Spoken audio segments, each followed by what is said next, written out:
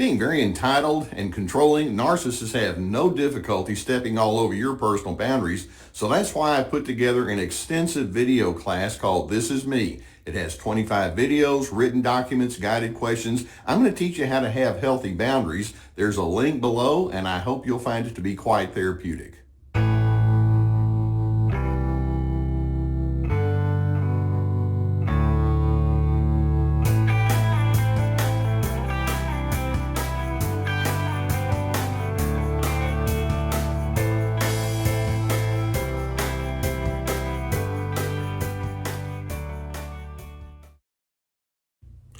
Most of you have already experienced what it can be like when you fall out of favor with a strongly narcissistic person.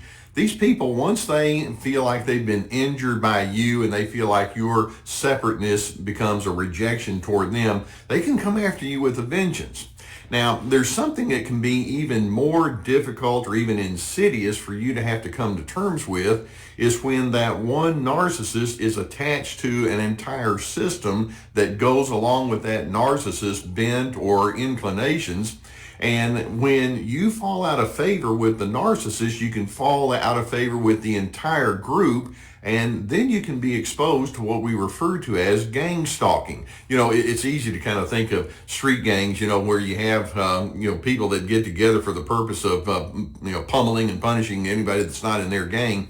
But when we talk about gang stalking in the context of where most of you live, we're talking about you coming up against a collective, if you will, of narcissists. Sometimes this could be a religious organization. Sometimes it can be a social clique. It can be inside your a family system or inside of organizations. Maybe you were a whistleblower with something that went wrong.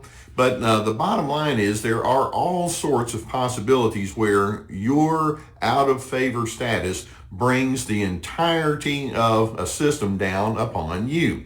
To give you an idea of what we're talking about, I've spoken with so many individuals who have been, let's say, inside a religious system, and various things have happened in their life where they show themselves to be different, whether it's regarding their sexual orientation, or maybe they just say that I don't agree with the same convictions that you agree with, or they've been through a divorce, or there's been some sort of something that goes contrary to where the religious organization is, and they can feel the venom of an entire group who will more than gladly denigrate that one individual.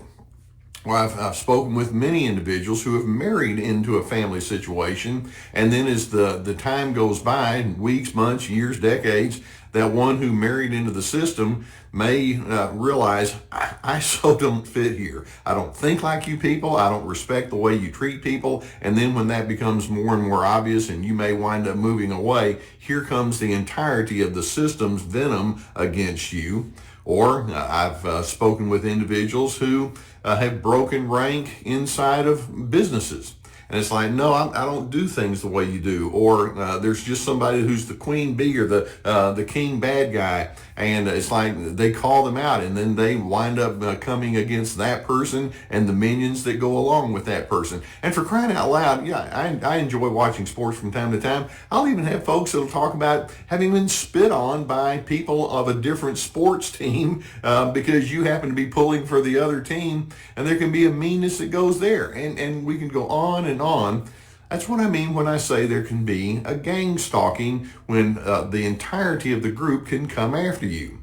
When we talk about these kinds of gangs or these collectives of narcissists, we're talking about a group that has a very tight ideology.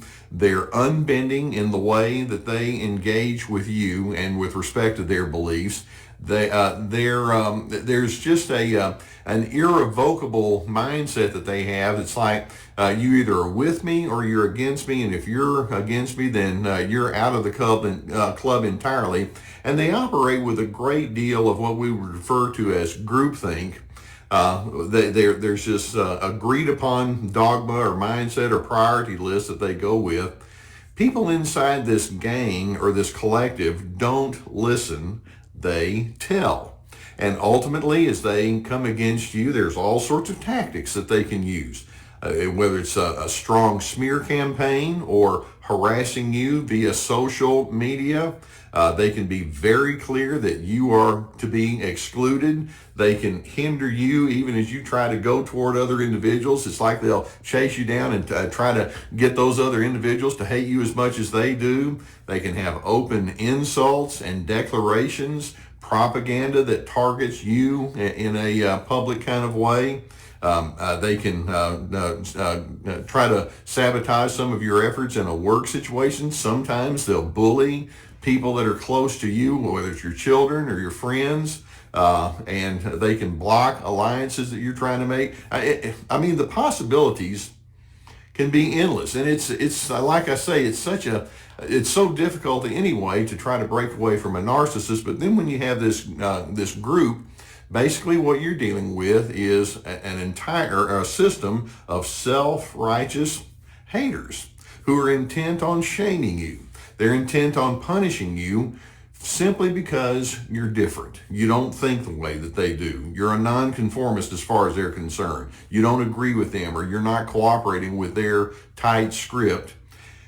Let's understand that the people who operate inside this type of collective narcissism, the gang stalking, if you will, have given up their own sense of individuality so that they can serve the group, and they require you or expect you to do the same thing. And I know that as you're listening to this, many of you will nod your head saying, oh, I know exactly what you're talking about. And if I don't just go lock, stock, and barrel, then I'm an awful individual. These are profoundly insecure person, and yet they cover that insecurity with an attitude of arrogance. They're highly threatened to the point of being paranoid by anyone that comes along as being different. But instead of saying I'm highly threatened, they disguise their insecurity by referring to themselves as being the keepers of truth. Now, you can only imagine the emotional fallout that is going to happen when it comes to you realizing this can be a while. This can take some time before I'm going to get away from this. By the way, their primary emotions are going to be hate and anger, but your emotions can go into the anger place. It's like you can be so agitated toward them in reverse. Many times you can have the emotion of just total dismay as you have this disbelief or shock, like, why would anybody be this way? What's going on there? Sometimes it can turn into the emotion of disgust or disillusionment.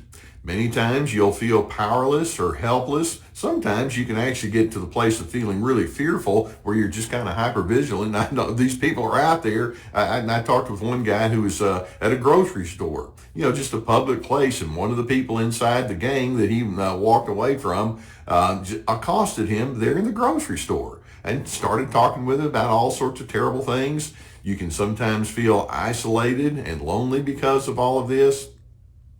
It's going to be necessary as you realize that there is this collective group of narcissists who are more than willing to pull together and then agree that they're going to just make your life miserable. It's, you against the group. It's going to be important for you to have a mindset with respect to how you're going to handle this, because these folks, they can make your life miserable. Now, the good news is over time, they tend to find other people to pick on. That's not good, but at least you're off the center stage, so to speak. But let's keep in mind, first and foremost, as you try to figure out, what am I going to do with this? These are the individuals who have strength in numbers. And that being the case, they feel like that empowers them. That makes them the somebody, the big 800-pound gorilla that you can't mess with. And so you don't want to go into a power struggle shaking your fist at them as they shake their fist at you. Self-preservation is going to need to be your priority number one.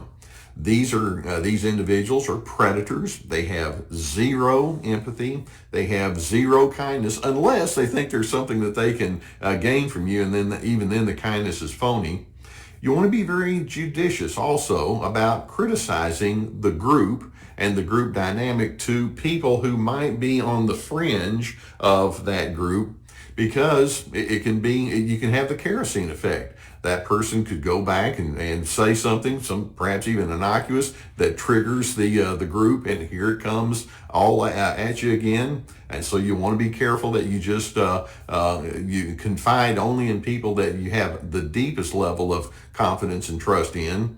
When you're confronted by these individuals and they're going to come after you, save your breath with respect to speaking about your different ideas or how kooky they are or how difficult they are, because these individuals have a very predictable lack of logic and reason.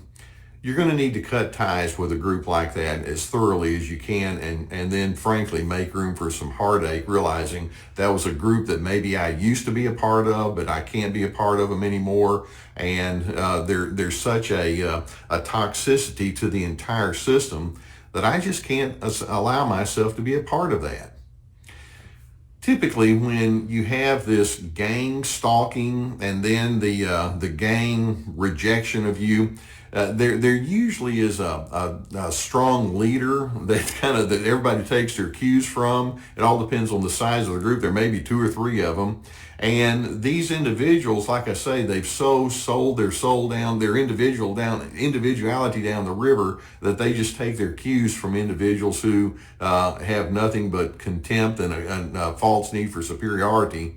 So that being the case, I really do hope that when you know that that's going to be your lot in life, you'll pull back and know, I'm going to need to seek greener pastures with other individuals.